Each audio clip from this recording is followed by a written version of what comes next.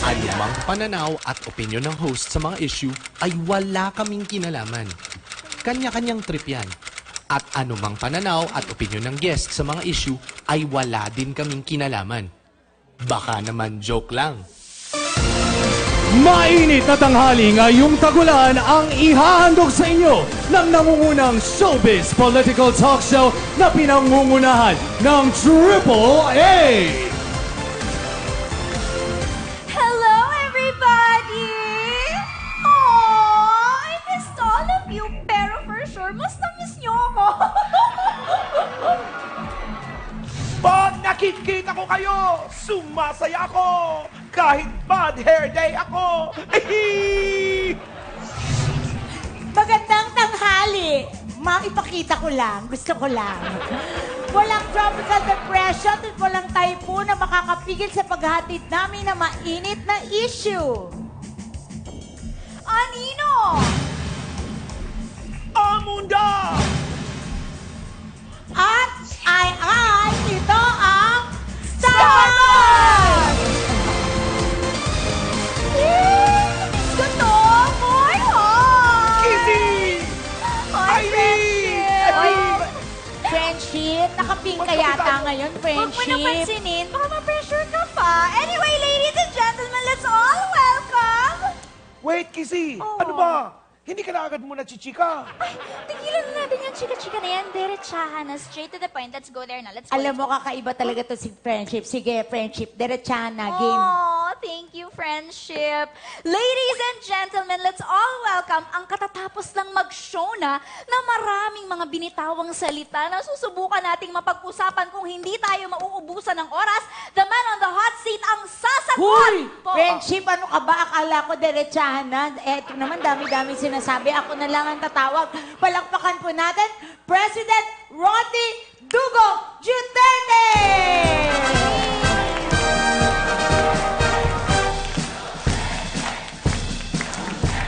Mr. President!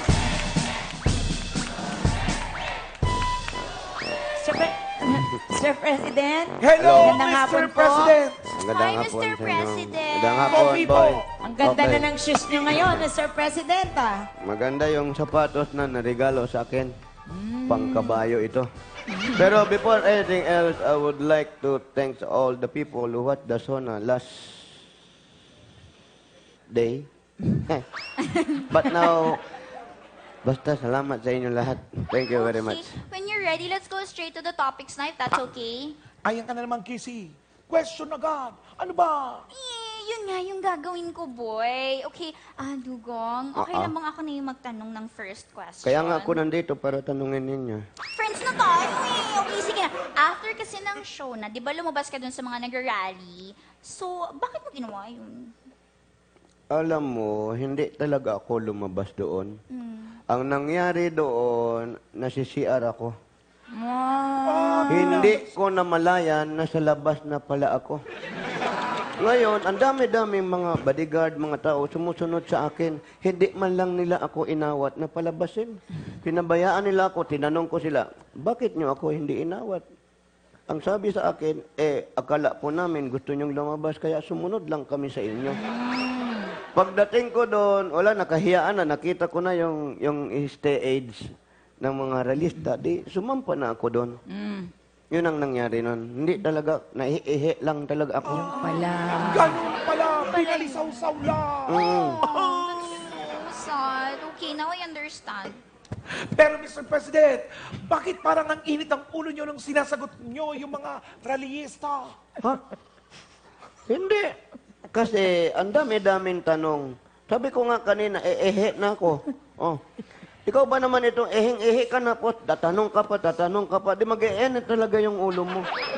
Di ba? Tsaka boy, alam mo yan, may experience ka rin ganyan, di ba?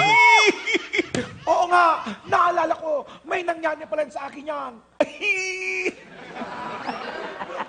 Mr. President, tukol naman po dun sa shots ni Direk dun sa show na nyo. Oh my God, I like this Ano one. po ba ibig sabihin Nakita ko yun. ulit-ulit na kumukumpas kayo ng kamay tapos sinasyata ni Direk? Ayong ganon. O yung ganyan-ganyan, pero tapos dun lang yung shot. Ano po ba ibig sabihin nun? Pangpaswerte talaga yan. Para sa panibagong taon. Ganon talaga yan eh. So, para hindi mahalata, dito ko ginawa. Hindi kasi nakakapture. Yung una kong ganon, hindi nakunan. Kaya sumenyas yung aming floor director, si Archie. si Archie. Oh. Sumenyas sa akin na one more time pa daw. So, inulit ko, hindi pa din nakunan. Kaya dinamihan ko na para siguradong makukunan na talaga yun. Yun. Akala ko, magbabato ka, gunting at papel. Hindi yun. So, ito na yung question ko. How about the super extreme close-up? Napag-usapan niyo yun ni Direk? Stream. Hindi nga eh. Kasi ganito maski ako, nagulat ako doon sa mga close-up na nangyayari sa akin. Kung alam ko lang na meron ganun extreme close-up, nagpa-facial ako. Sana pinakudkod ko yung mga ano dito sa mukha. Sayang hindi na nasabi sa akin. Oo nga Mr. President, kasi kitang-kita po yung force niyo doon. Mabuti na lang color na yung TVs ngayon. Kasi kung hindi, pati black and white that's yung makikita. Tama. Pero ang sabi ni Direk, kaya daw niya ginawa yon para maparamdam mo sa mga televiewers na ang pagiging sincere mo. Well, kung ganun nga, di mabuti naman. Kung ganun, Tama. maganda yung mga ginawa ni Direk. Teka, Mr. President, may napanood po ako sa net dun sa inyong show na ang dami pong blip dun, pero nung napanood ko siya sa live, wala namang blip. Yun. Bakit po ganun? Yan na naman tayo. Pag-uusapan niya mga blip na yan. Kung napanood nyo na may blip, yun ang tinatawag na director's cut yun. Oo. Grabe, parang pelikula, ah. Oo. Oh, tamo na kasi marami talagang mga bagay na mahirap yan ipaliwanag. Kahit ikaw mismo, nahihirapan kang ipaliwanag, hindi ba? Okay, Mr. President. Yun po bang mga bleep ay mga bad words po ba yun? Hindi nga pinigil ko magsalita ng bad words doon. Ano po yung mga biniblip dun?